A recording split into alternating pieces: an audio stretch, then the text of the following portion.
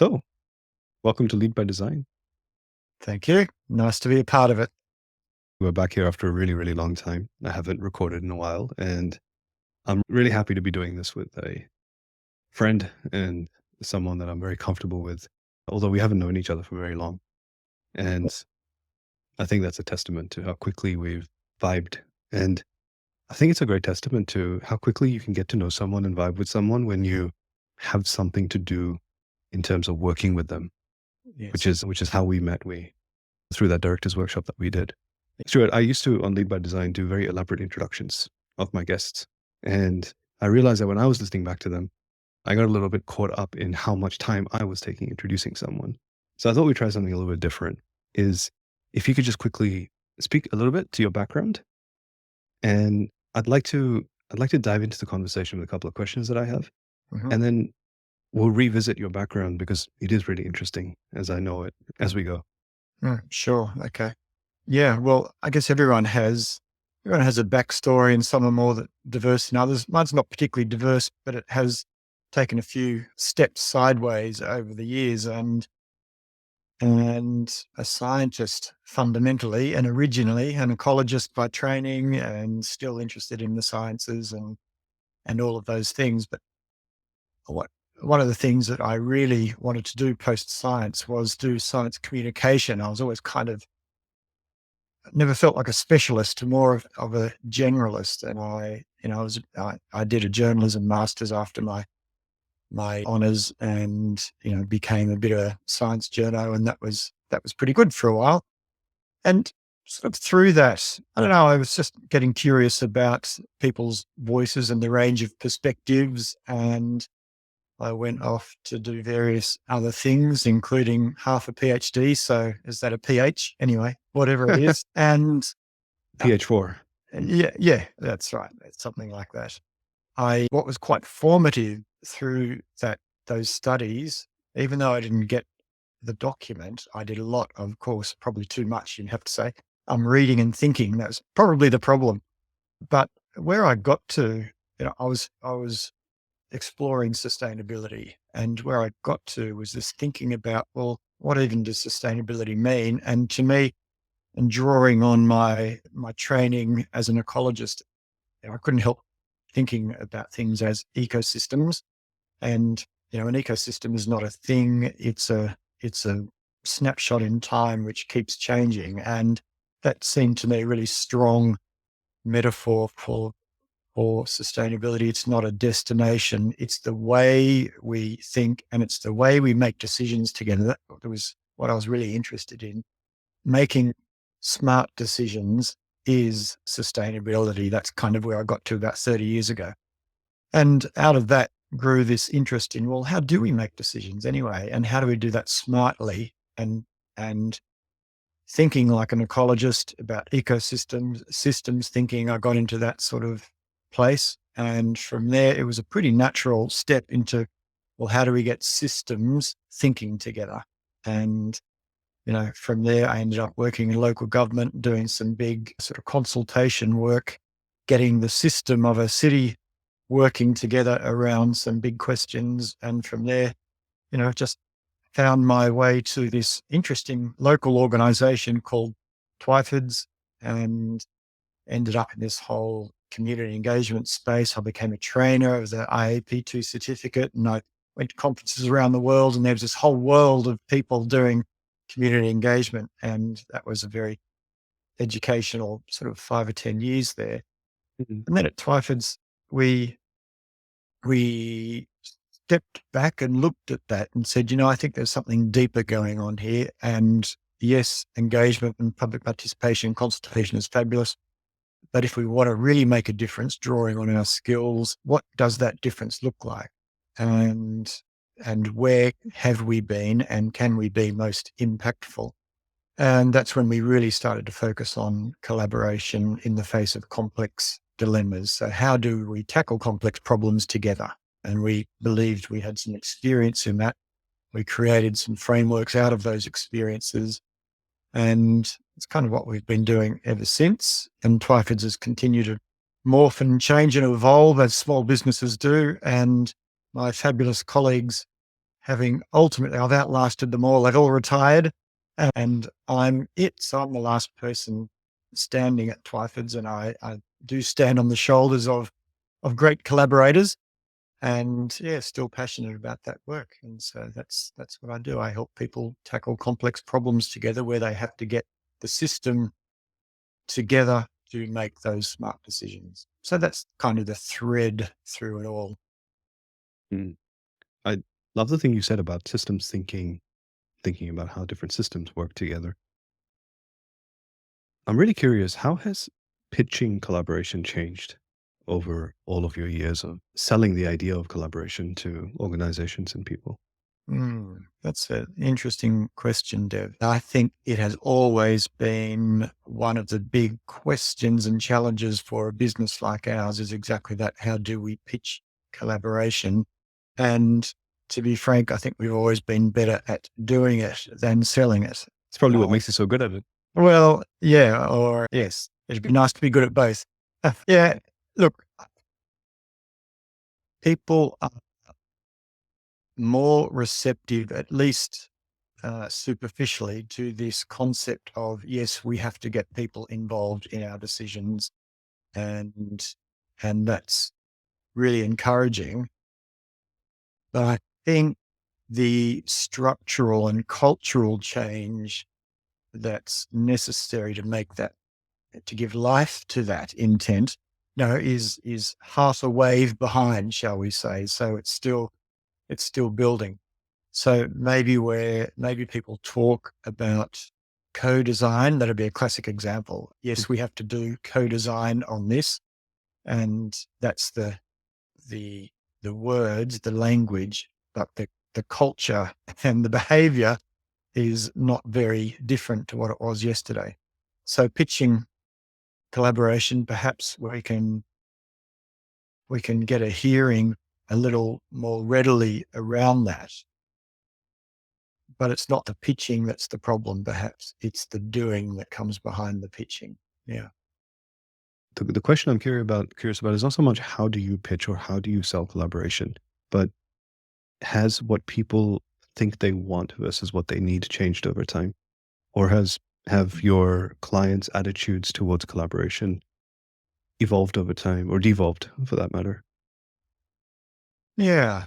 Yeah. You've probably got just as many insights as me around these questions. But so recent experience, a new job working with a client who's, really interested, sort of mid-level, and really wants to do the right thing by stakeholders, a co-design project. And interesting that he said just today that, well, I'm so used to being the person who writes the brief or writes the recommendation, comes up with the answer, provides the specific answer to a specific problem. That's what we do in government as public sector employees.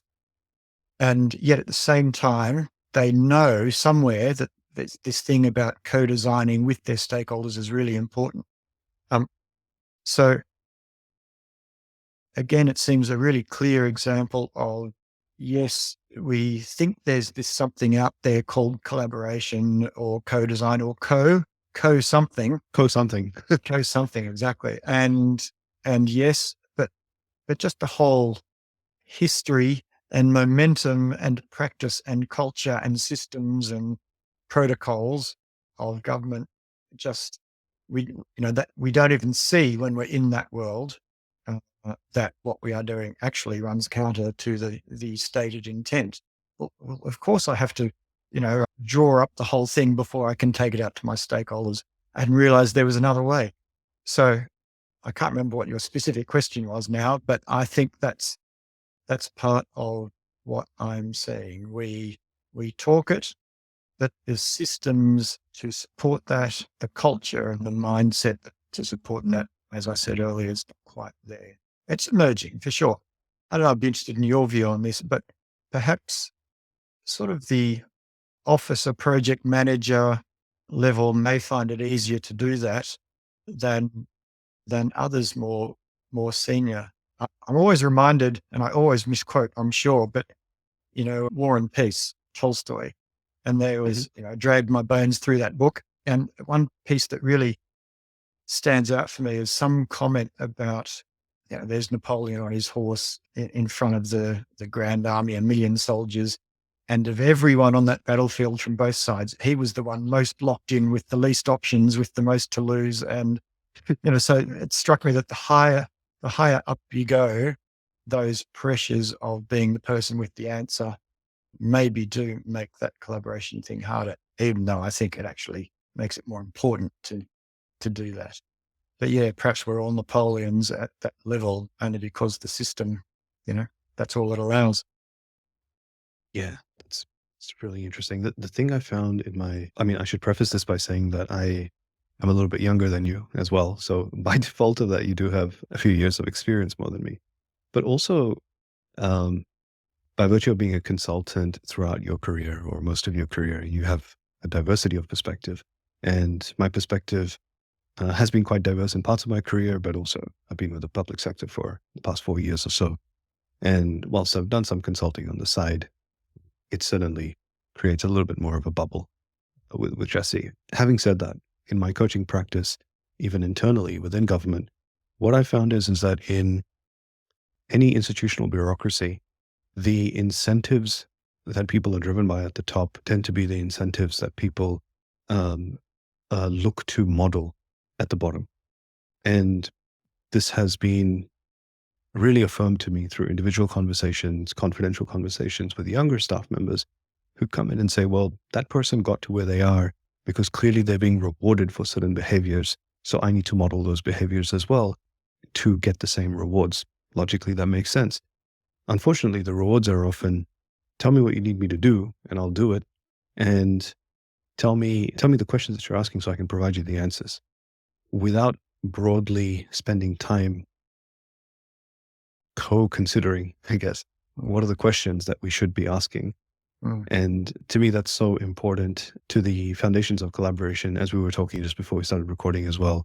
The idea of the relationship between collaboration and code design and design thinking and human centered design type practices.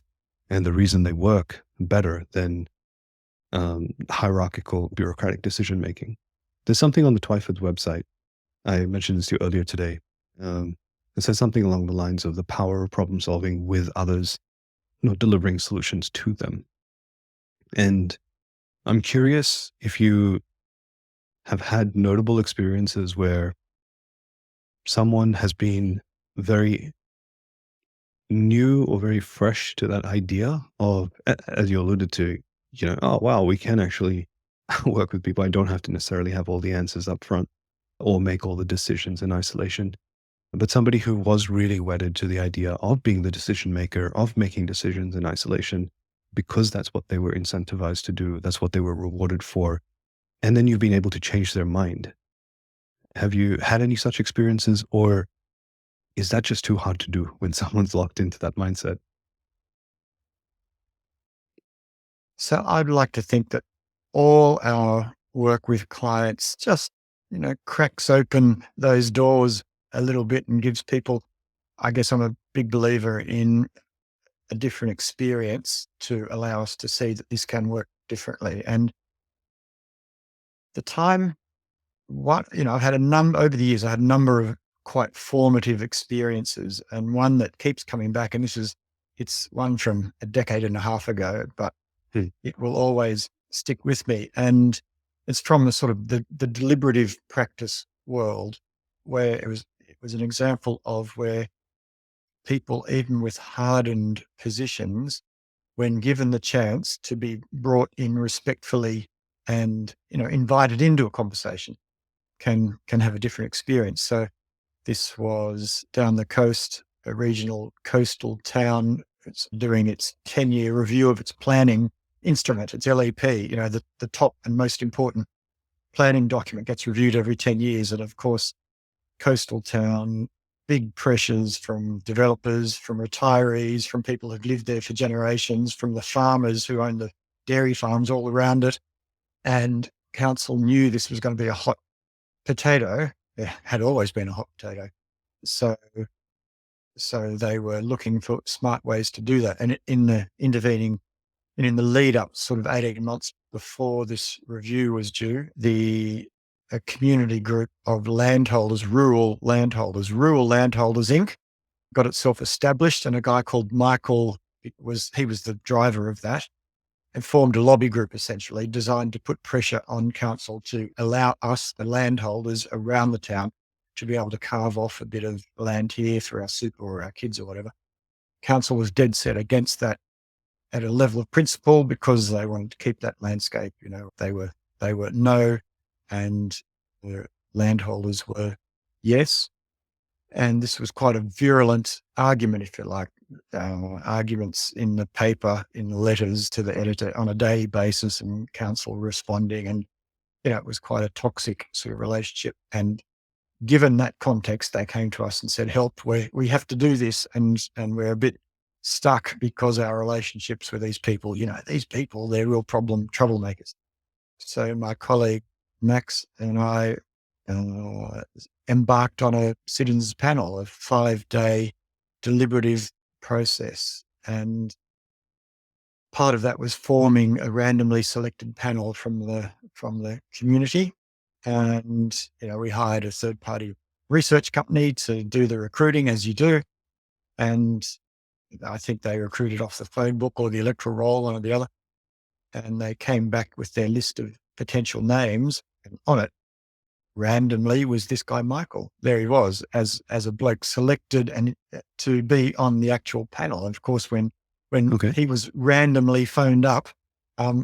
do you want to be on this panel deciding the future of Kiama's LEP? Well, yeah, of course I do. Too right, I do. So he put his name up, and council took one look at that, of course, and said, no way, Michael, that he's public enemy number one around these issues, at least.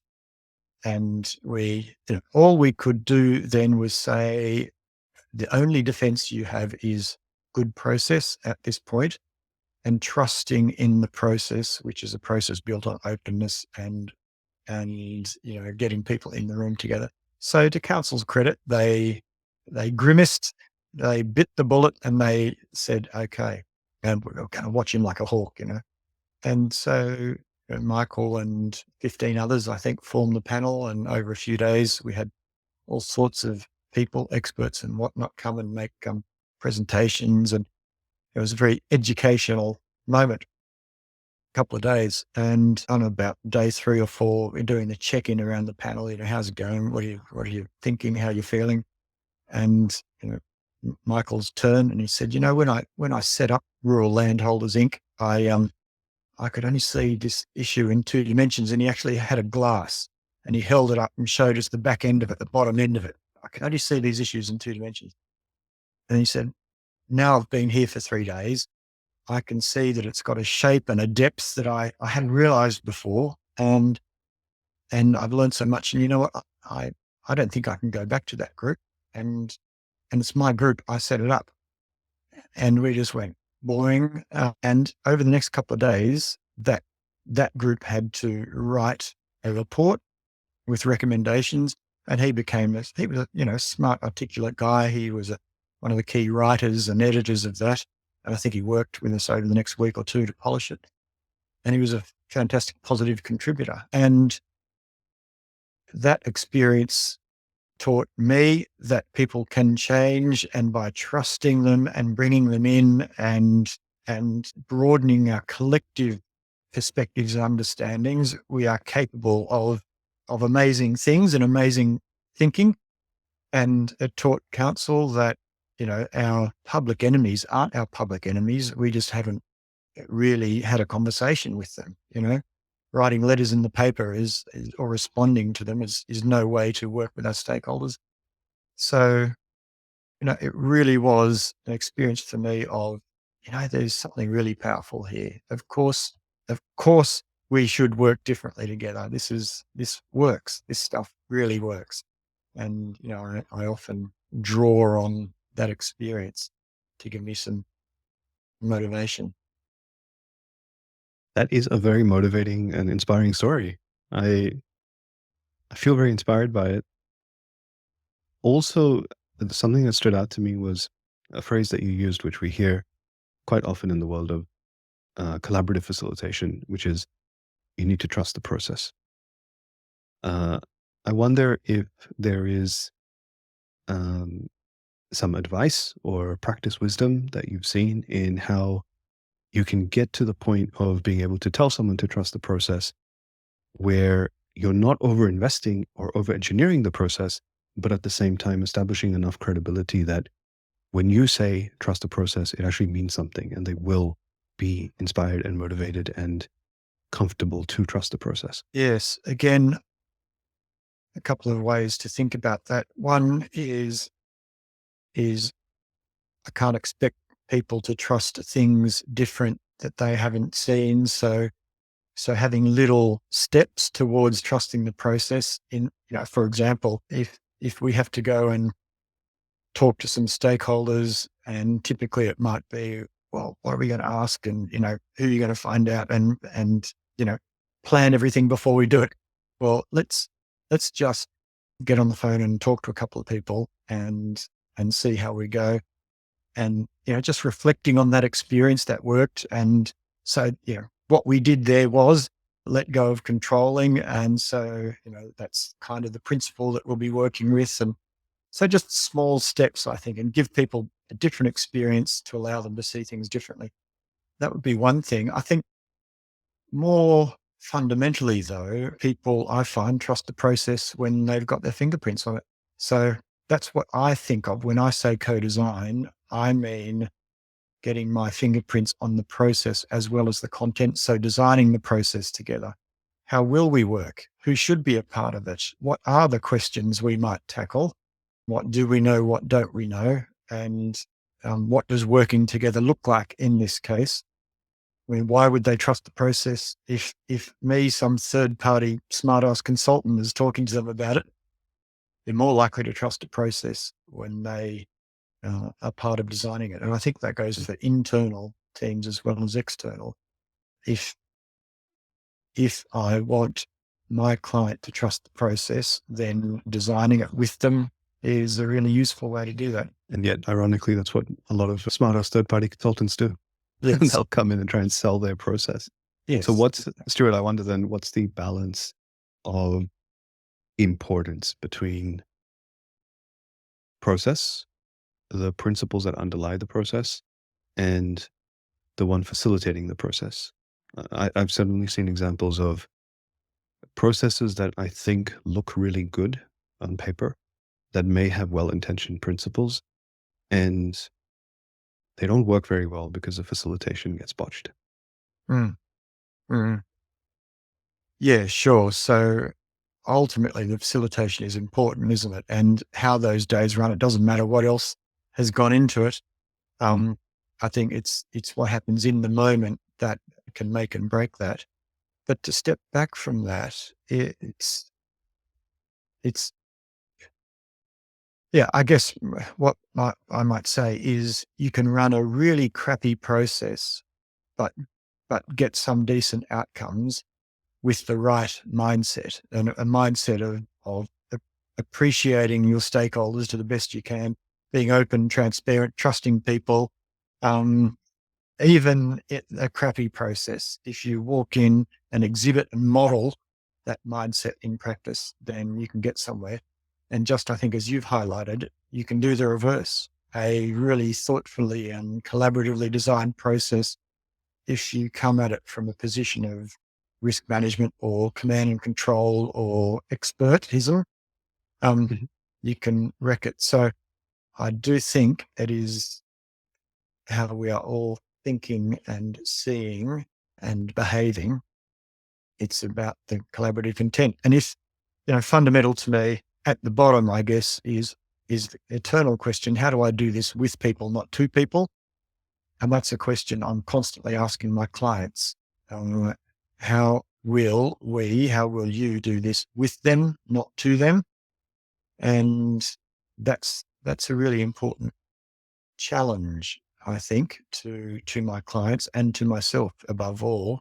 How do I walk into this room thinking with, not to, even when I'm being paid to be the expert, with process answers. So yeah, that That's what I cling to. I'm a big advocate, you might have heard me say this before as well, of faster alone, further together. It's an adage that when I joined the department, a mutual friend of ours, James Bibby, who's a legendary champion of collaboration in my eyes as well, shared and reminded me of. And I've carried that with me throughout my work very dearly. And when I introduced this concept of faster alone, further together with teams, particularly the more senior they are, I also acknowledge the reality that praise, whilst it sounds like an ideal, is also speaking of a trade off. That sometimes you do need to go faster. And that might mean being relatively alone and not together. And sometimes you need to go further, or the quality of the work will improve if you take everybody along the way. However, I've seen some senior executives take that to be a very binary position, Mm. that it means that either I'm the boss, this is all on me, and I don't have time to collaborate at all. Therefore, it's not a trade off at all. It's not a spectrum. It's just, I got to do everything, and I just want to give specific instruction or maybe direction and get people to just tell me, what are we going to do? And let's go and do it. Don't have time to bring people on that journey. And then there are people who will go to the other extreme to say that if you don't involve every single person in the conversation and get full consensus, then we are not going to move forward. How do you think about that Mm. spectrum? If you do, maybe you do take a Mm. binary position on it. I don't know. Mm. And at the risk of stacking this too much, I wanted to read something that I found on I think it was the latest blog you wrote, or it was a recent blog you wrote. It was about the koala strategy experience that you had. Mm-hmm. And I found that really interesting. You said, we can run the best planned process, but if we aren't thinking collaboratively and appreciatively about our stakeholders, we will get a poor outcome. Conversely, we can do something quite last minute with minimal prep, but if we bring the mindset and expectation that people can be trusted to do great work together, we are likely to get a great result.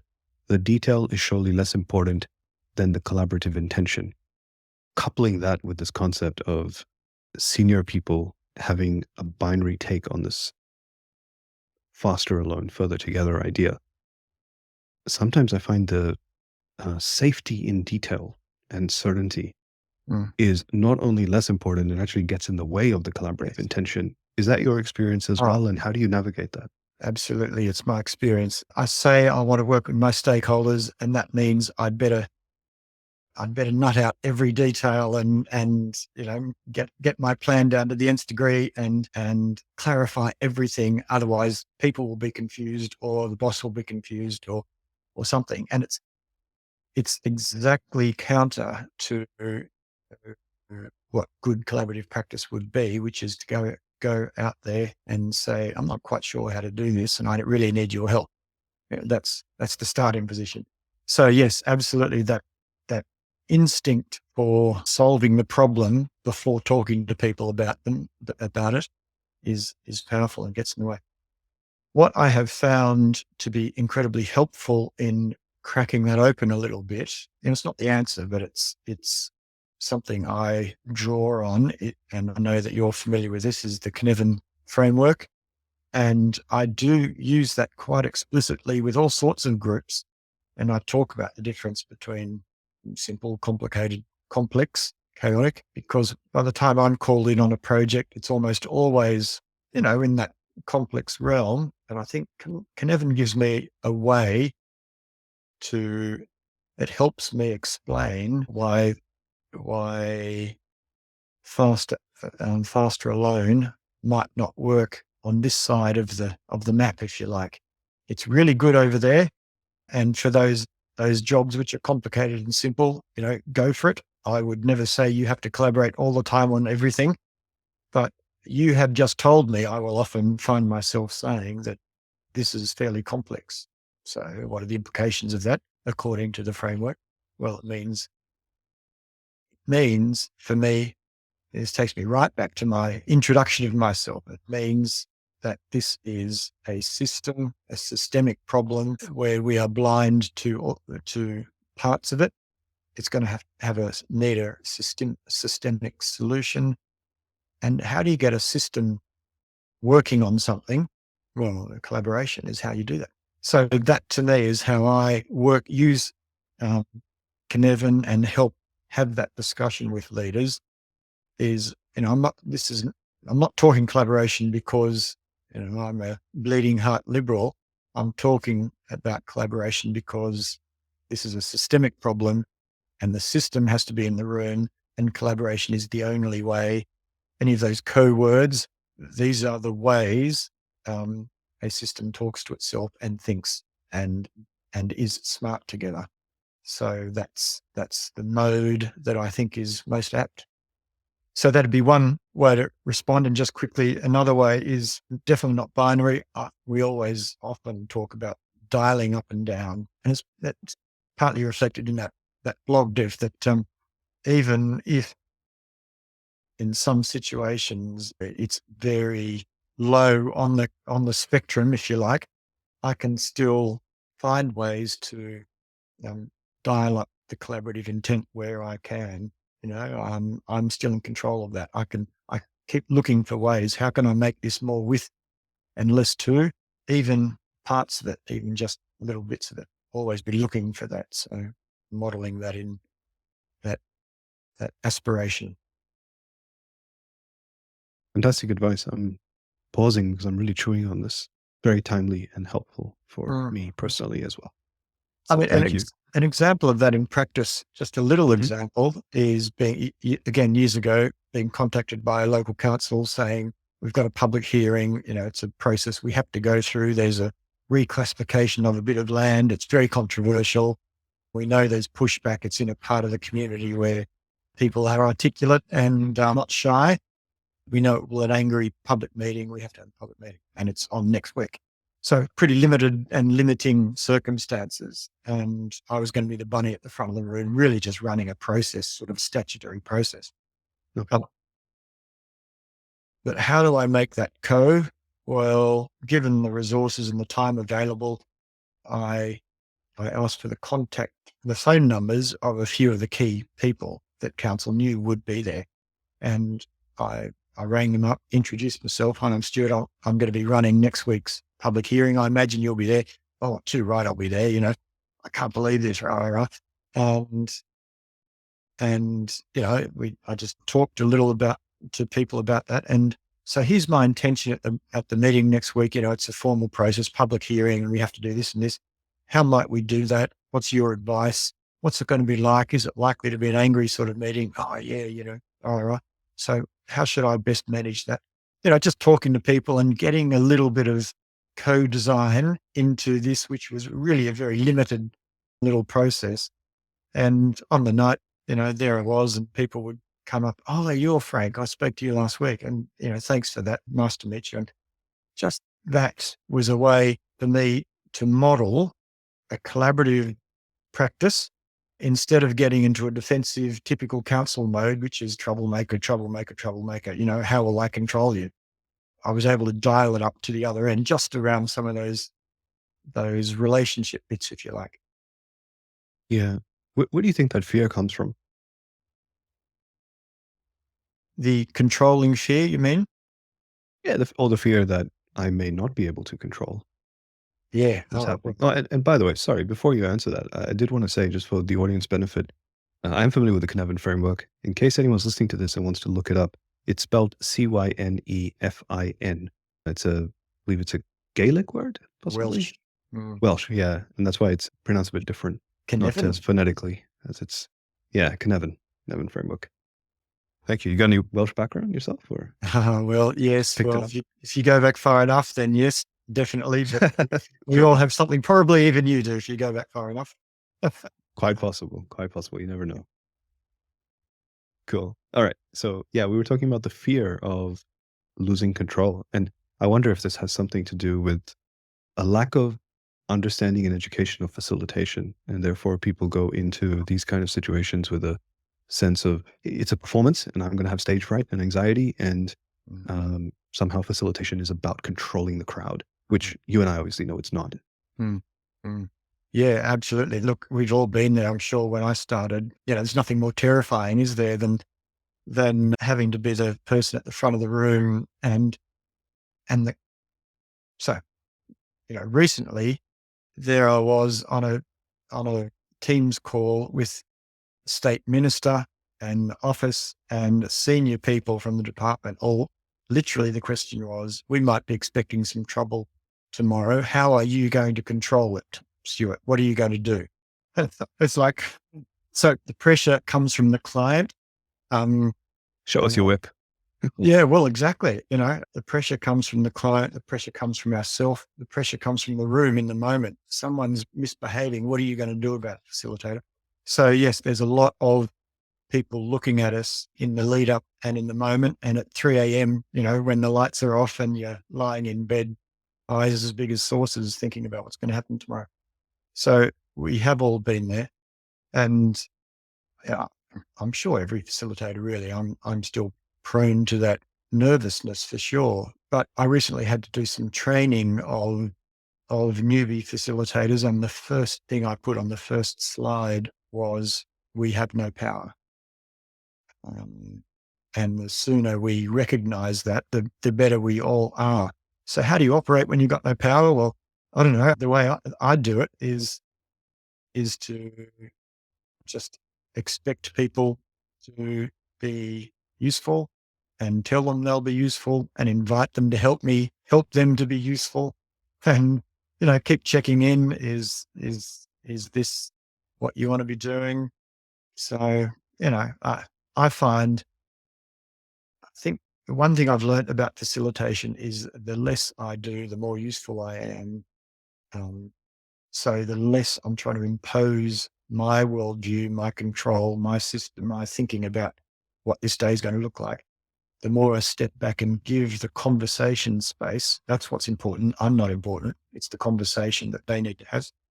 The more useful I can be. So that's my approach to that. How do you do it? How do you confront that control thing? Oh no, I've never had any fear as a facilitator. No, I'm kidding. Of course I did. I think for me it's not about crowd control, but I do think there's a lot to be said about learning energy management and reading the room, and even how you turn the volume up and down. You used that similar analogy earlier as well.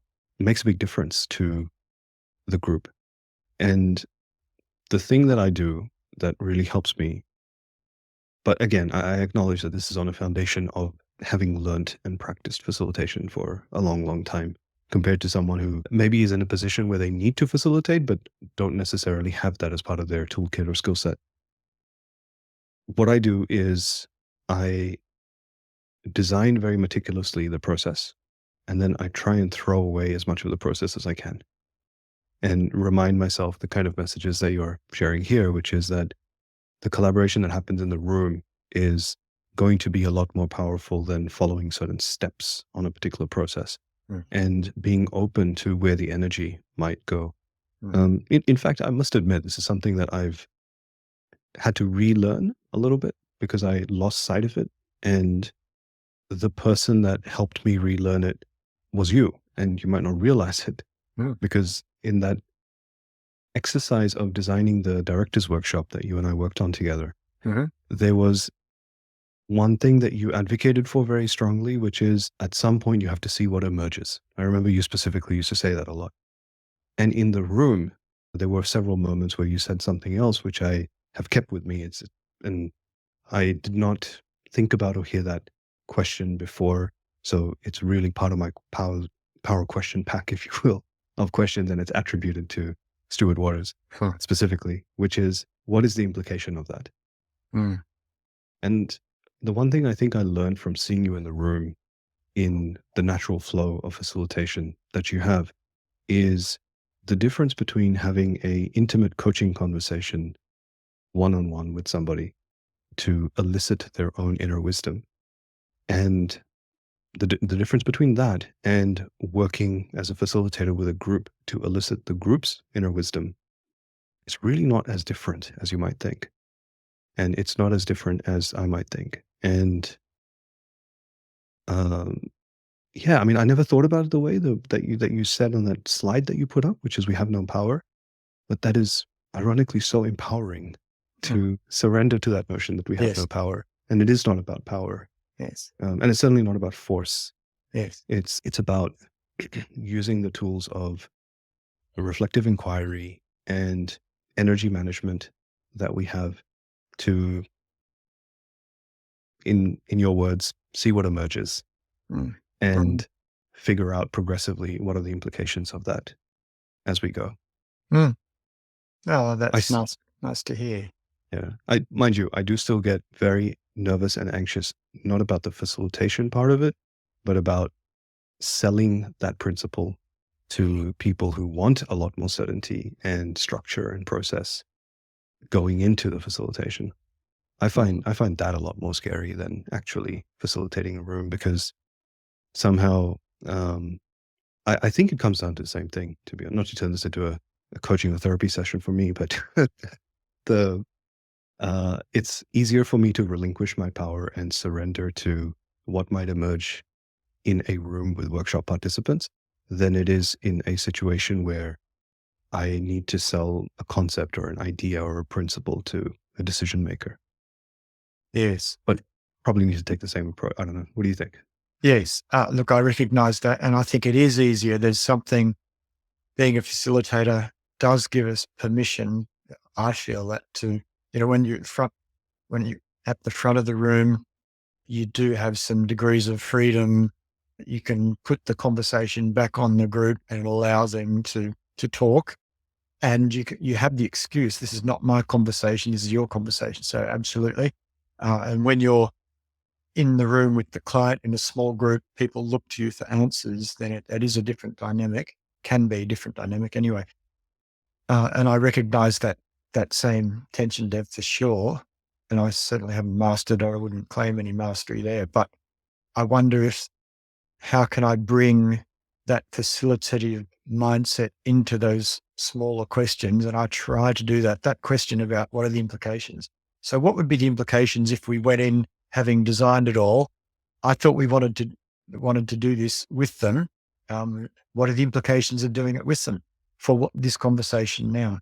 And, just sort of having that sort of, um, you know, uh, if I do believe in the wisdom of the group, then even in that small group, I should be asking, not telling. I Mm. should be inviting the group to do its own thinking around those important questions. So perhaps that's the most useful way I could approach that.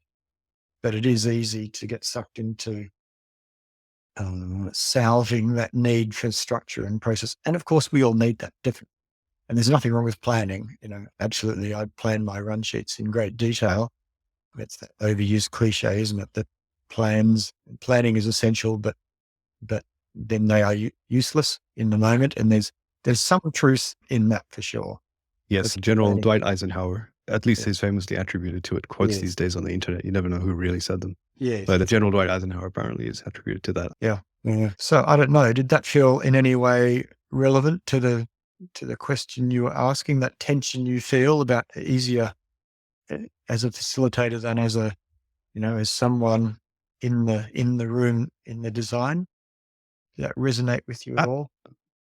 oh, 100% it resonated. I think it's a reminder that the skills and experience that we're blessed with as facilitators are so transferable in different situations. And sometimes we just forget that. Right. And if you just remember, um, it can just be a matter of scaling and translating the usefulness of those skills in slightly different ways in different contexts. And I feel the same way about coaching. I consider myself a very good coach and pretty decent facilitator, um, and an okay salesperson. But realistically, across the spectrum of those things, it's actually about using the same principles, mindset, and some of those foundational tools just in slightly different ways in those contexts as well.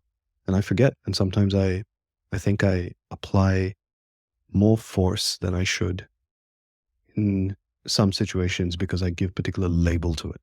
That this is a sales conversation, or this is a conversation with a particular kind of stakeholder or decision maker Right. versus a different kind of conversation or interaction where I might be a lot more open by default Right. only because I've subconsciously given it a particular label. Mm. And Mm. what you've what you've spoken to is just such a poignant reminder. I mean, it's a masterclass in facilitation in itself, really, but even just a few perspectives that you shared. But yeah, one thing that it brought to my mind is, have you ever heard of this book by David R. Hawkins called Power versus Force? Maybe it's Force versus Power. It's called Power. Yeah, I looked it up. It's called Power versus Force: The Hidden Determinants of Human Behavior. And David R. Hawkins in this book talks about these levels of consciousness and the difference between power and force. Mm, And what he says is that, I mean, it's a new age spin on these words from his own perspective, but I quite like it, which is that power actually is something that comes from a state of mind within that you cultivate through, loosely speaking, the kind of mentality that you and I are talking about that we should have in collaboration and co anything. Whereas force is when we're trying to apply our perspective of truth on a situation. mm, mm. And Impose. yeah, it's yeah, impose and make something. I mean, it's the opposite of the Zen philosophy of Wu Wei, if you will, of allowing things to emerge and surrendering to Yes. the flowing energy of the universe. Yes. Whereas power is actually in that surrender. So again, I just love that slide idea that you mentioned earlier. Mm, First slide, we have no power. That is so empowering, mm, ironically. mm. It is. It is absolutely true. And I agree. I think it's one of the most empowering ideas we can capture. There's nothing more crippling. And I think this takes us back perhaps to, Napoleon on his horse. Nothing more crippling than that sense that I'm, it's up to me, that I have to be smarter than everyone in the room. I have to be one step ahead. I have to know what's happening. I have to have the answer. It's, I think much of, I don't know, business, government is based on that set of myths, which works for some people, but I reckon that there's a whole other way to approach it, which is the opposite, which is letting go, asking, being curious, finding out, giving up control, which ironically can make us more effective and powerful.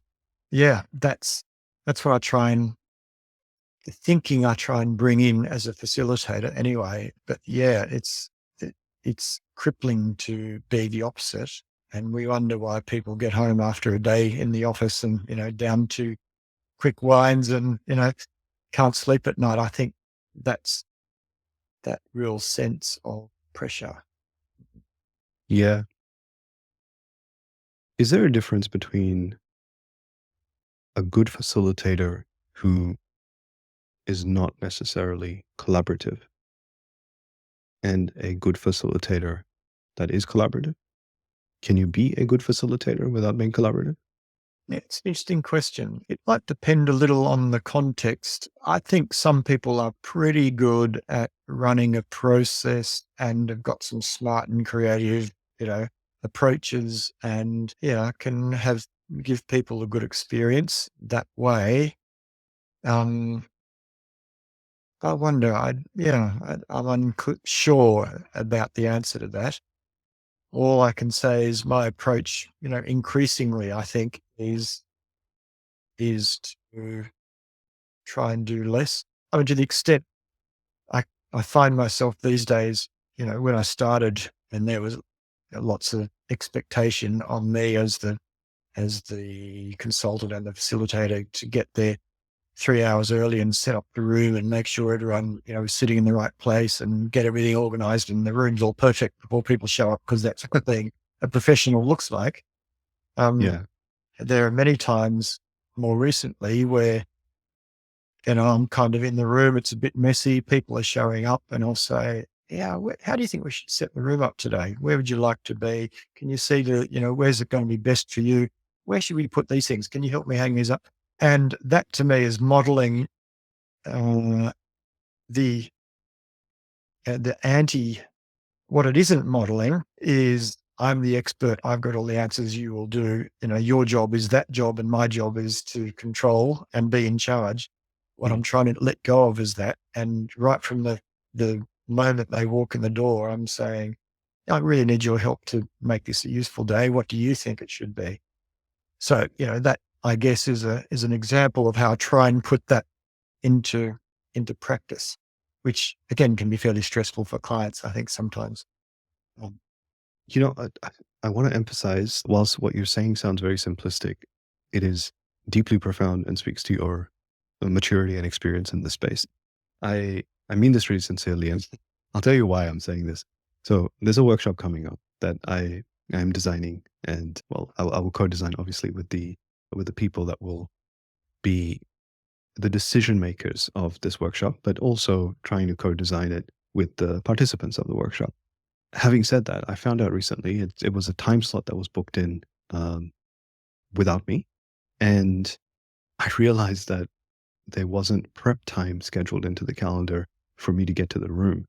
And I just had this mini freak out about needing maximum as much as possible prep time so I could go to the room and set up so that it was just there and mm, everything was ready to go. mm, And yeah, you've just sort of, I mean, that is arranged now as well, but and I'm happy that it's arranged. Not that I'm going to cancel out that prep time, mm, but it makes me feel comfortable to just sit there and get comfortable to relinquish my power. And mm, if it takes me 1 hour to let go of my power before that session, that's probably better prep mm. than thinking I need to have everything perfectly set up in the room before everyone comes. That's that's amazing, very useful for me, and I think I'm hoping that it'll be very useful for others to take away what I feel is the philosophical Mm, principle mm, underlying that, or the first principle underlying that, which is that at the end of the day, if you can do things together, it's just easier and mm, simpler, and you don't need to mm. hold on to certainty as tightly as you might, because we're going to get there together anyway. Yes. Yeah, that's right. And certainty is a myth anyway. You can spend hours setting up the room as an example, and people will walk in, then you find you got to change things anyway. But it's more important even than relieving me of pressure. It's that if I want people to own this, then that means they have to be part of the decision making. If I want them to be accountable, not me to be accountable, and this is about them and their issue, otherwise why are they in the room? Then that actually means they have to be accountable. So let's make them accountable. The more decisions I make, I say this all the time, and particularly when I'm coaching people, every time we're facing a decision, small or large, we get to choose, do I make that decision on behalf of my stakeholders, or do I invite them in? And, there's times when it's appropriate and times when it's not. But the important thing is to stop and say, who's best to make this decision, given that I want this to be collaborative? Is it me or is it them? And setting up the room is just another moment in time. We can choose to do it ourselves and get it right, and that's fine and appropriate, or not. And if we can't, as you say, if there's no time to do it, then don't sweat it, because it has its own benefits. Doing with people, being vulnerable, being unprepared. Everyone else in the room is probably unprepared as well, so that's okay. Yeah. You can. I think modeling a little imperfection is not a bad thing for a facilitator. Wow. That's deep. Does it translate to other roles? Have you found that kind of reminder to be useful in other contexts? Well, I'm very good at modeling imperfection across all walks of life, Deb. So that's Perfect that's at what I do. imperfection. That's yes, an imperfectionist. That's me. Yeah, it's a good question. Look, I think it's hard for me to notice perhaps some of those things. Although, you know, I think the real acid test for any of us is being a parent, and can I bring these principles, as high and mighty and highfalutin and fabulous as they sound, into my relationship with the family and raising kids. And my God, I struggle as much as anyone, I'm sure, with that stuff. So I would like to say it translates into all sorts of fabulous practice for me, but it doesn't always, it's hard stuff to do. Um, so even these conversations are good because it reminds me and it reminds me about, what am I trying to do? What do I say to myself and others about my approach? And that's good as well. Yeah. Well, on that note, if there's any young guy listening, all I can say is don't try and coach your girlfriends just because you learned some coaching skills. Doesn't work out well. Here, here, absolutely. Yeah, don't try it on your wife either. Yeah, Yep. Don't try it on your wife. Probably good idea to stay away from family in general. yeah, yeah, yeah, yeah. Yeah. Stuart, what about facilitation as a skill set translating to executive skills? So I think you and I have a lot of experience coaching leaders, and not necessarily the coaching being about collaboration or workshops specifically. I'm wondering what kind of themes and patterns you see from your experience where you might be thinking, if I could wave a magic wand and give this person some of my skill sets, they would benefit a lot from it. Mm, that's interesting. I can't say I've ever had the thought quite so directly as that, but many is the time I'm in meetings with clients, groups of clients, and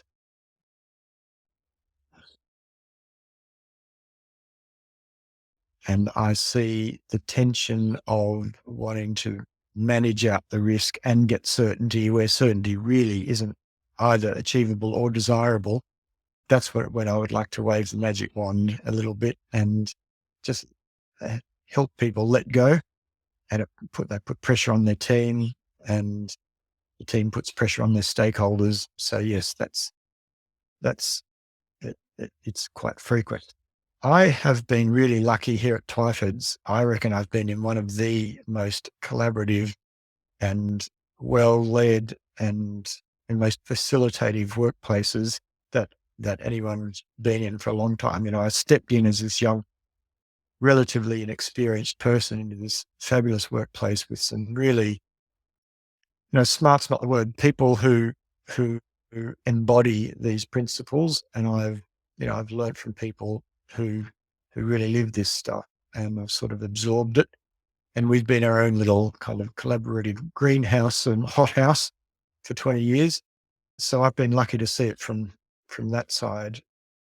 And yeah, I don't see that same facilitative style of leadership out there as often as I would like to see. And yet, I think it translates so beautifully, doesn't it? That style of, well, to, take accountability, where all leaders are always asking their teams to be accountable, to step up, take independent decision making, all those sorts of things. And yet they're also looking for certainty and don't do anything risky and don't do anything that might, bring shame to our house, which exactly runs counter to what they're trying to achieve. So yeah, it's a really common thing, isn't it? What's your experience? Is that something you see? I haven't thought about this too much until the last conversation that you and I had, talking about this idea of introducing facilitation skills to managers or executives, which is, something we may do collaboratively together. And as I've been thinking through that idea, I guess I've been noticing more, both retrospectively and in real time, my experiences with managers and executives. Where do I see that they're trying to force something as opposed to facilitate something, where they might be better off actually facilitating? And maybe they're not facilitating because they don't know how to facilitate. And it's something that I'm still learning. I don't have a very formed data set on. I was going to say opinion, but it's not about opinion. I do have a well-formed opinion. My opinion is that leaders do better, reach better outcomes when they are collaborative, doing all of the things that you and I have been talking about in this conversation.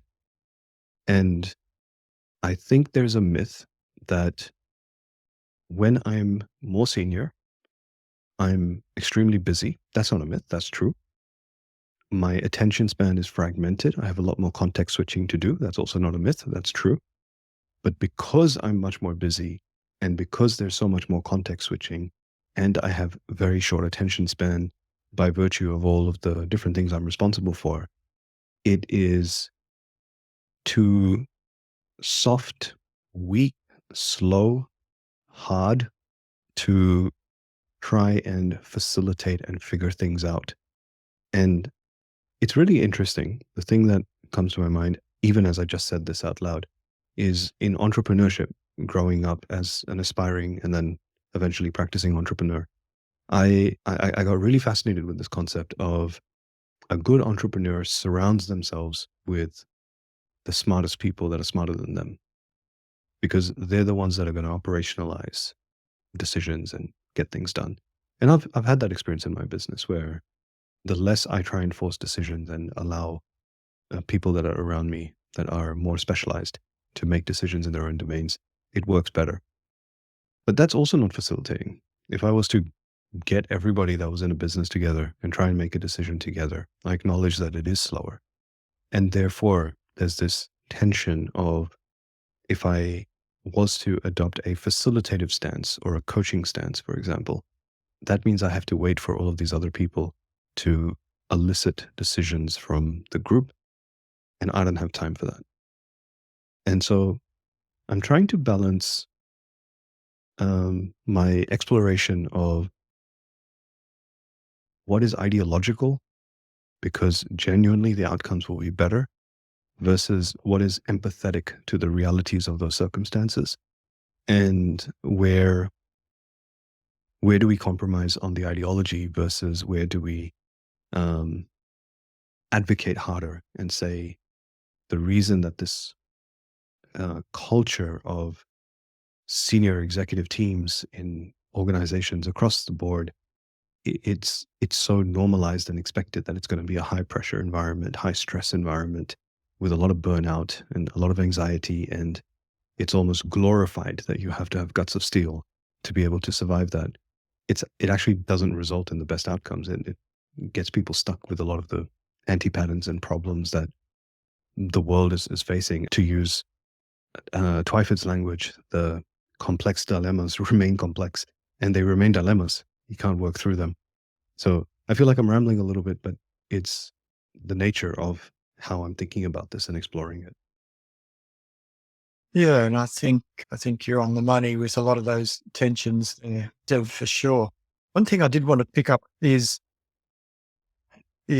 the conflation between I want to be a facilitative leader, which then means everyone has to be part of decision making or everyone has to agree on the decision. I don't think those two are necessarily always in the same, and the one necessarily follows the other. I think, That's true. drawing on my engagement practice, we can get input from everyone and still be the decision maker, and we can still move fairly fast. Um, it doesn't mean that we have to necessarily go slow, or it's not always consensus, I guess, would be summing Yeah, that up. Um, and this, I think, is one of the things that drove us at Twyford some years back. We went kind of into startup mode again, a bit of a refresh. And one of the things we did was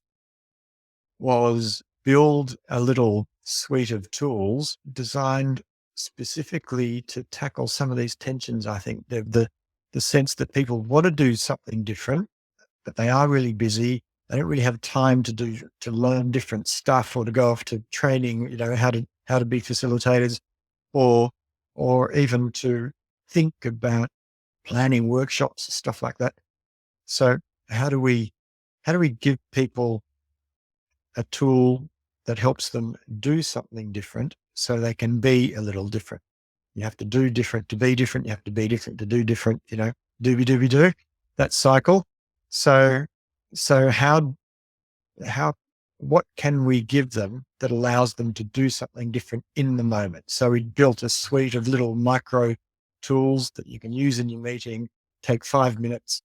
They're not really designed to help solve all your problems, make all your problems go away, but they are if you really are caught on the treadmill of high speed, life. but you really are seeing that, "Oh, I think there's a different way to do this. I just don't know what that looks like," then we have always fantasized that these tools will be really helpful for people. And, they have proven helpful for people. I reckon there's so much more potential there, though, to turn that into a bit more reality. Because I think that's exactly what you're talking about. People get busy. It's almost a badge of honor. It's expectation. The busier I am, the more important I must be. And yet I talk all day. We go to all these workshops about empowering our staff and empowering our people and being a facilitative leader. Yeah, there's a dissonance there, isn't there? Big time dissonance. One of the things we've learned that's been quite interesting is, yes, you can have all the tools in the world available, but that doesn't mean you'll use them, doesn't mean you want to use them, doesn't mean you aren't terrified of doing something different or looking foolish, in front of your workmates or getting it wrong. Mhm. Or, in if you already have a high cognitive load, then perhaps, the ask of doing something different is just another load to carry. So where I find it's most successful is in the coaching context, where people have an opportunity to talk it through in the pre and the post, and then go away and think about stuff, and then find an opportunity to use things. In my fantasy, these things were walking off the shelf at $1,000 a time, and we were going to get rich and retire. But tools, that was probably always a fantasy, and particularly given what we're talking about here, which is very human-centered practice, complexity. It's about culture. It's about relationships. It's about uncertainty and risk. That's the context. So it's pretty hard to expect people to pick something up and run with it. Having said that, if anyone's interested, let me know and we can talk about it. Yeah, sure. I'll put details in the show notes. And it just occurred to me now that the tools you're mentioning and that package you're talking about are what we have been talking about doing something together with. It's probably the same thing. So we'll put information about whatever that looks like soon as well, alongside this conversation. We're almost at time, but there's so many other things I want to ask and pathways that we can go down. The thing that I'm really interested in picking on about tools is it's actually not my fantasy that people pick tools off a shelf and are able to run with them. I feel like every time I've given tools to somebody in my career and say, hey, this thing worked really well, almost every single time they have done a pretty poor job of using those tools. And it almost denigrates the reputation of the tools themselves because, the poor worker will blame those tools then. And it's not for me to defend those tools necessarily. It's not that I'm precious about how those tools are wielded. It's that I feel the power of coaching and mentoring and teaching someone how to use the tools well is often underrated. And the thing that came to my mind as you were saying that, which is not something necessarily front of mind because I don't consider myself a hardcore agile evangelist, but in the Agile Manifesto, I think it's the first value or one of the four values is individuals and interactions over processes and tools. And I know that's something that is very close to your heart generally as a principle, because it's literally what we've been talking about as well. And it's at the crux of collaboration. And the thing for me that's been really powerful to sell the notion of doing things differently is something that is so simplistic that sometimes I have to remind myself to just start with it because I take it for granted, which is doing a retrospective. And as simple as saying, give me an hour with your team and I will facilitate a conversation to ask what's working well, what's not working well, what should we do differently? And it's amazing what comes out of such a simple conversation if it is well facilitated. To allow people to realize, wow, when we have this conversation individually in my head, we're just whinging about things that are broken. But when we come together and have a well facilitated conversation about these things, suddenly there are so many ideas for not just process improvement, but improvement in the system, as you were saying earlier. And then I really am fascinated by this idea of constantly reminding ourselves as facilitators and then sharing that message with others who might want to take a more facilitative stance in their work, that sometimes the best productivity and effectiveness is in actually the most elegant and simplest of conversations done with the mindsets that you were talking about. Yeah. Yeah, exactly. It is that mindset that's most important. I always say, you've probably heard me say this many times, collaboration happens between the ears. It's how I am thinking that makes it work. So the tool is only the tool is only the tool. It's how I'm thinking about the tool that makes the difference. So it's sort of the same, just reinforcing what you've said. I think the person who hasn't got that mindset probably can't use the tool in the way that we would like to see it used. Yeah, and sort of to mix metaphors, I guess, I always talk about the coaching we do as going to the collaboration gym. You got to work on your muscles. You can't just get strong by not going to the gym. You got to lift your weights. You got to do the exercises. And I think this is what is required to keep building our collaborative practice, is keep trying new things, keep using those muscles, keep testing, keep reflecting.